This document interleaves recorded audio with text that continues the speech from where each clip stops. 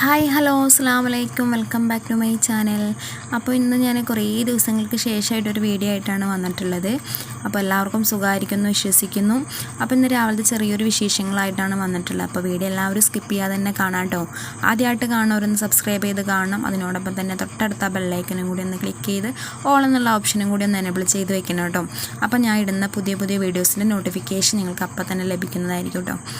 അപ്പോൾ പിന്നെ ഞാനിപ്പോൾ രാവിലെ പാൽ ചായയൊക്കെ റെഡിയാക്കിയിട്ടുണ്ട്. പിന്നെ ഇതിപ്പോൾ ഒരു 5 മുട്ട ഞാൻ പുഴുങ്ങാനായിട്ട് വെച്ചിട്ടുണ്ട് കേട്ടോ.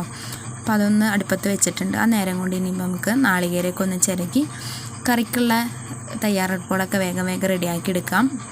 അപ്പോൾ കുറച്ച് ദിവസമായിട്ടോ മക്കൾ സ്കൂളിലൊക്കെ ഒന്ന് പോയിട്ട്. അപ്പോൾ എന്താണെന്ന് എല്ലാവർക്കും അറിയാമായിരിക്കും. ലാസ്റ്റത്തെ വീഡിയോയിൽ ഞാൻ പറഞ്ഞിട്ടുണ്ടായിരുന്നു പെങ്ങളുടെ ഹസ്ബൻഡ് മരിച്ചിട്ട് ഞങ്ങൾ അവിടെയാണ് എന്ന്. അപ്പോൾ വന്നിട്ട് ഞാൻ വീണ്ടും അങ്ങോട്ട് പോയതാണ്. അപ്പോൾ ഇപ്പോൾ ഒരാഴ്ചയായിട്ട് മക്കൾ സ്കൂളിലേക്കൊന്നും പോയിട്ടുണ്ടായിരുന്നില്ല കേട്ടോ.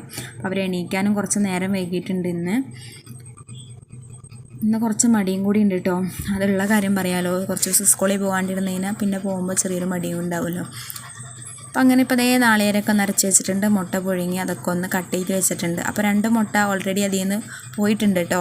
മക്കൾ കറി വെക്കുന്നതിന് മുമ്പ് തന്നെ കഴിച്ച് തീർത്തിട്ടുണ്ട്. 2 മുട്ട എടുത്തിട്ടുണ്ട് കേട്ടോ. പിന്നെ ബാക്കി 3 മുട്ട ഉണ്ടായിരുന്നു, അത് പീസാക്കി വെച്ചിട്ടുണ്ട്. പിന്നെ തക്കാളിയും സബോള അതുപോലെ തന്നെ പച്ചമുളകൊക്കെ ഒന്ന് വാട്ടി ഞാൻ അതിലേക്ക് ഇതിപ്പോൾ നാളികേരത്തിൽ ഞാൻ മഞ്ഞൾപ്പൊടി മുളക് പൊടി മല്ലിപ്പൊടിയൊക്കെ ഇട്ടിട്ടാണ് അരച്ചെടുത്തത്. അരപ്പൊന്ന് അതിലേക്ക് ചേർത്ത് കൊടുത്തു. അതിന് ശേഷം ഞാനിപ്പോൾ തിളച്ച് വന്നതിന് ശേഷം കുറച്ച് ഉപ്പ് പൊടിയും കൂടി ചേർത്ത് കൊടുത്തിട്ടുണ്ട്. പിന്നെ മുട്ട പുഴുങ്ങിയതും കൂടി ഒന്ന് ചേർത്ത് കൊടുക്കുന്നുണ്ട്. ഇനി അതൊന്ന് തിളച്ച് വന്നതിന് ശേഷം നമുക്കിതൊന്ന് കൂട്ടാനൊന്ന് താളിച്ചെടുക്കാം കേട്ടോ. അപ്പോൾ താളിക്കാനായിട്ട് ഞാനിപ്പോൾ ചട്ടി അടുപ്പത്ത് വെച്ചിട്ടുണ്ട്. അതിലേക്ക് കുറച്ച് ഉള്ളി ഒന്ന് മൂപ്പിച്ചതിന് ശേഷം കുറച്ച് കറിവേപ്പിലയും കൂടി ചേർത്ത് കൊടുത്ത് ഇനി ഇതൊന്ന് കറിയിലേക്ക് നമുക്ക് ചേർത്ത് കൊടുക്കാം കേട്ടോ. അപ്പോൾ ഇത്രയേ ഉള്ളൂ, മുട്ടക്കറി റെഡി ആയിട്ടുണ്ട്. പിന്നെ ഡീറ്റെയിൽ വീഡിയോ ഞാൻ ചാനലിൽ ഇട്ടിട്ടുണ്ട്. വീഡിയോ കാണാത്തവരൊന്ന് പോയി കാണണേ, കമൻ്റ് ഇടാൻ മറക്കരുത്.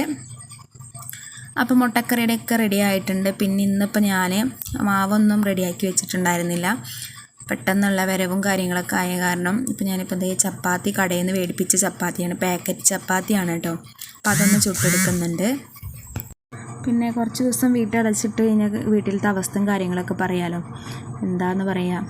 പിന്നെ പ്രത്യേകിച്ച് ഇതുപോലത്തെ ഷീറ്റ് വീടൊക്കെ ആകുമ്പോൾ പെട്ടെന്ന് തന്നെ മാറാമ്പിലും ചെതിലൊക്കെ ഉണ്ട് കേട്ടോ. അതുപോലെ തന്നെ എൻ്റെ വാഷിംഗ് മെഷീൻ്റെ പൈപ്പൊക്കെ തുരപ്പൻ കടിച്ച് റെഡിയാക്കി വെച്ചിട്ടുണ്ട് കേട്ടോ. പിന്നെ ഇപ്പോൾ അതൊക്കെ ഒന്ന് റെഡിയാക്കി എടുക്കണം.